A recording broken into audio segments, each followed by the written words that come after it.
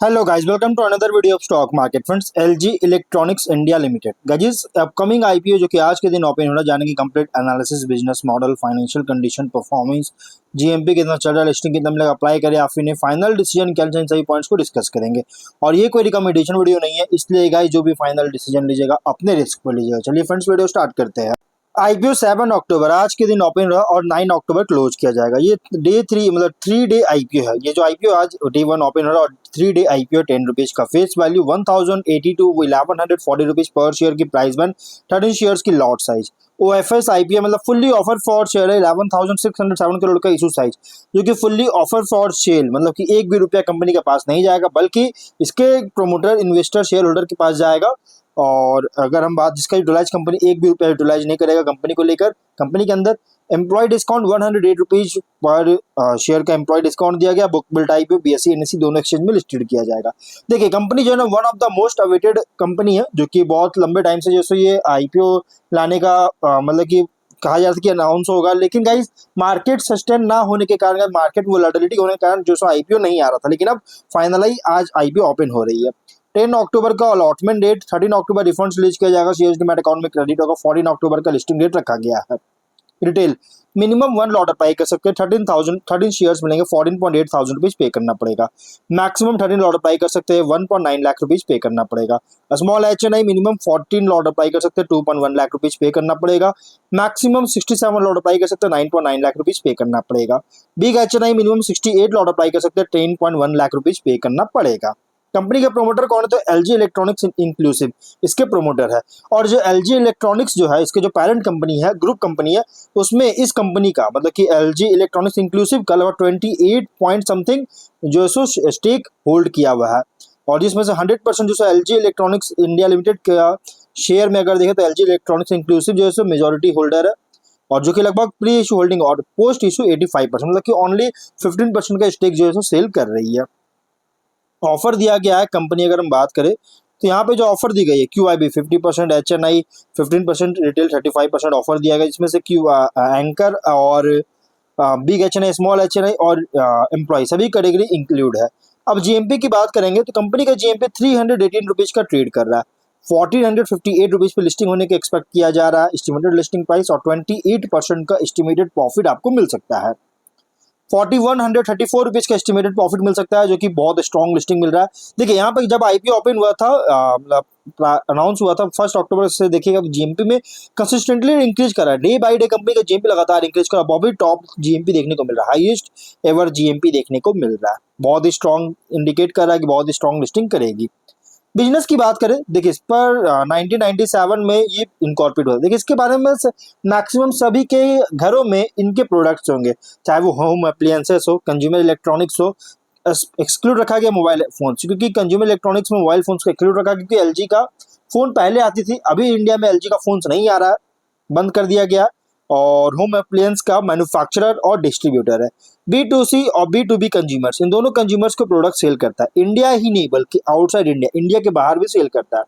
इसमें company installation services, repairs और maintenance services सभी प्रोडक्ट्स के लिए प्रोवाइड ऑफर करता है। बिजनेस सेगमेंट में home appliance, air solutions, home entertainment है। दो मैन्युफैक्चरिंग यूनिट है, 2 सेंट्रल डिस्ट्रीब्यूशन सेंटर है, 23 रीजनल डिस्ट्रीब्यूशन सेंटर है, 51 ब्रांच ऑफिसेस है, जो कि सपोर्टेड है 30,847 सब डीलर्स के द्वारा सपोर्टेड है, कंपनी के पास है, देखिएगा तो।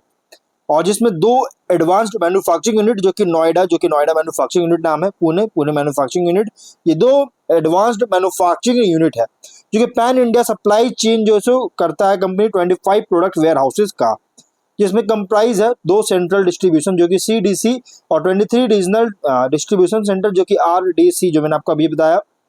और कंपनी जो है 1006 सर्विस सेंटर्स के थ्रू, जो कि अर्बन और रूरल इंडिया में और सर्विसेज ऑफर करती है। 13,368 इंजीनियर्स और 4 कॉल सेंटर्स के द्वारा सपोर्टेड है, जो 30 जून के डेटा के अकॉर्डिंग।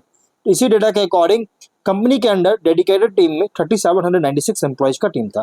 कंपनी जो है brand philosophy life is good when we do good, ये इसका फिलोसफी को फॉलो करता है। इसका ब्रांड फिलोसफी क्या है? देखिए कोई बड़ी कंपनी होती है ना, कोई भी बड़ी कंपनी, सबका अपना अपना एक स्लोगन होता है, अपना अपना एक फिलोसफी होता है, जिसका philosophy life good when we do good.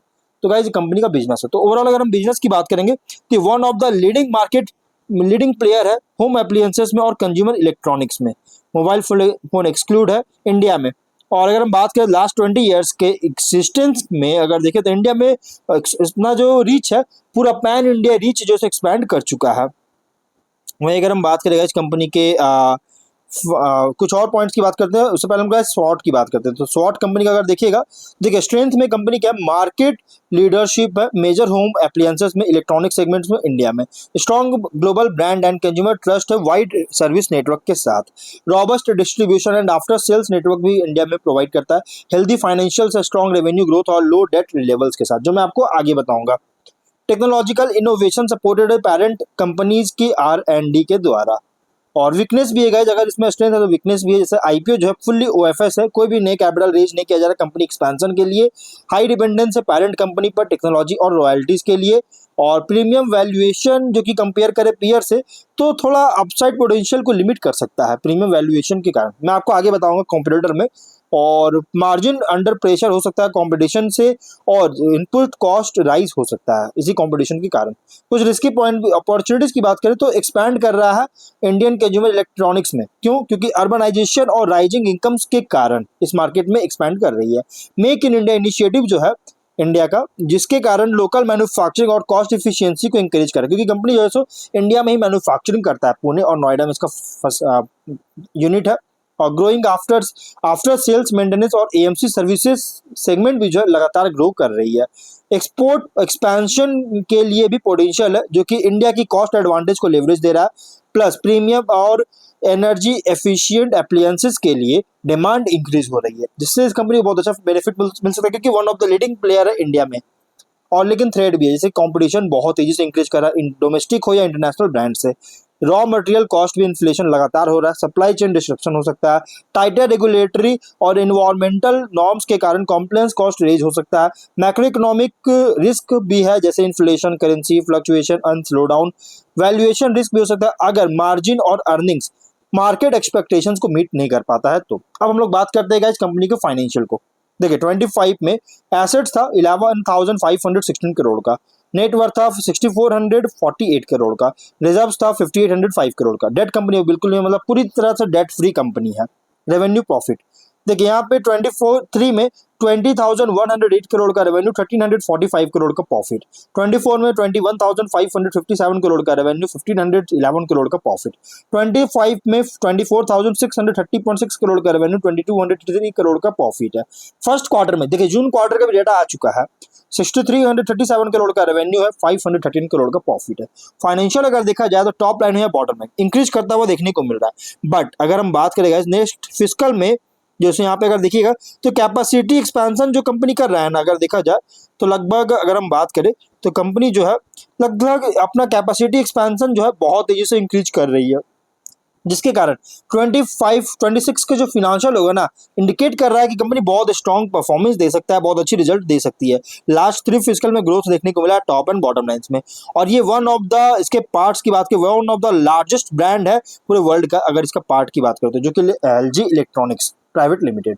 और अगर हम रेशियोज की बात करेंगे तो ROCE 43% का, RONW 37%, PAT EBITDA margin 9%, 12.7%, PB ratio 13 time, P ratio 35 time का। देखिए कंपनी का प्राइसमेंट जो है ना थोड़ा ज्यादा रखा गया, जैसे मैंने आपको बताया इसके रिस्की पॉइंट में आपको मैंने बताया था कि इसकी जो प्राइसिंग है, वैल्यूएशन है, थोड़ा सा हाई देखने को मिल रहा है, प्राइस वगैरह भी बहुत ज्यादा हाई देखने को मिल रहा है, ये थोड़ा सा कंसर्न रेज कर रही है गाइस। अब हम लोग बात करते हैं कॉम्पिटिटर से कंपेयर करते हैं, उससे पहले गाइस हम लोग कुछ और पॉइंट्स को बात करेंगे। जैसे इसका अगर बात की तो इंडिया में जो एप्लायंस और इलेक्ट्रॉनिक्स मार्केट है लगभग 29 फाइनेंशियल तक यह एस्टिमेट रखा गया कि 11% CAGR साथ ग्रोथ करेगा, जो मैंने आपको इसके अपॉर्चुनिटीज के बारे में बताया था।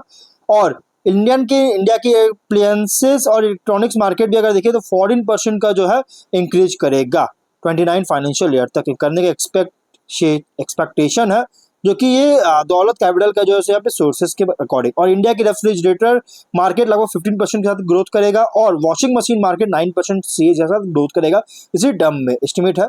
और एयर कंडीशनिंग मार्केट 17% का, होम एंटरटेनमेंट मार्केट 14% का इंक्रीज करने का एस्टिमेट रखा गया है। अब हम लोग ये देखिएगा तो one of the market leader है। अब यहाँ पे देखिए मार्केट शेयर देखिए सब में इसका one of the leading market share, चाहे आप डायरेक्ट कूल में देखिए 25%, रेफ्रिजरेटर में, वॉशिंग मशीन 32% का, इन्वर्टर एसी में 29% का, टीवी में 30% का मार्केट शेयर है, इंडिया में मार्केट शेयर है वॉल्यूम कैटेगरी में।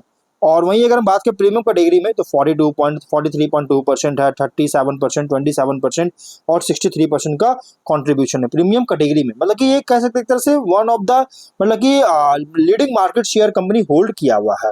एक बहुत अच्छी अपडेट है गाइस, बहुत अच्छी पॉइंट है यहाँ पे निकल के आया। अब हम लोग बात करते हैं गाइस कंपनी के कंपेयर करें, देखिए यहाँ पे मेजोरिटी जो इसका है ना मेनली रेवेन्यू रेफ्रिजरेटर से ही जनरेट करता है और वॉशिंग मशीन इन दोनों से, और इन्वर्टर एसी इन और पैनल टेलीविजन आरएसी इन सभी से रेवेन्यू जनरेट करा। बट यहाँ पे देखिएगा तो वॉशिंग मशीन और रेफ्रिजरेटर से 30% प्लस रेवेन्यू जनरेट कर रही है, जो कि एक तरह से कह सकते हैं एक तरह से मार्केट शेयर इस पर डिपेंडेंस बहुत ज्यादा है कंपनी अगर देखा जाए तो। अब यहाँ पे हम लोग बात करते हैं कंपेयर करते हैं, देखिए यहाँ पे एलजी इलेक्ट्रॉनिक्स का कॉम्पिटिटर कौन कौन से, तो वर्लपूल है, ब्लू स्टार, हैवेल्स, वोल्टास तो और सिम्फनी भी है, लेकिन सिम्फनी यहाँ पे कंपेयर नहीं किया गया। लेकिन यहाँ पे गाइस ये सभी इसके कॉम्पिटिटर है, 4 कंपनीज को लेके चल रहे हैं हम लोग, जो कि देखिएगा सबसे ज्यादा रेवेन्यू जो है ना सेल्स इसी कंपनी का होता है, एलजी का ही। सभी में एबिटा भी देखिए, पीएटी देखिए, चाहे एपीएस देखिए, सभी में इसी का सबसे ज्यादा देखने को मिल रहा है। आरओसी भी देखिएगा सबसे ज्यादा इसी का देखने को मिल रही है, बेटर देखने को मिल रहा है। मार्केट कैप भी इसका सबसे बड़ा मार्केट कैप जो है हैवेल्स का, मार्केट कैप जो है सबसे ज्यादा मार्केट कैप हैवेल्स का है, उसके बाद इस कंपनी का मार्केट कैप के अकॉर्डिंग सेकंड लार्जेस्ट में देखने को मिल सकता है।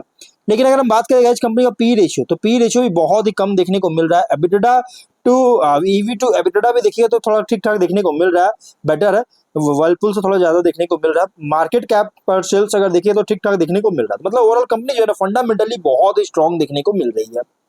ऑब्जेक्टिव कुछ भी नहीं है क्योंकि कंपनी जो fully offer for sale IPO, इसलिए गाइस आप जो भी फाइनल डिसीजन लेगा अपने रिस्क पर लीजिएगा। One of the most awaited company है, और आप लोग कमेंट कर जरूर बताइए आप लोग अप्लाई कर रहे हैं या फिर नहीं।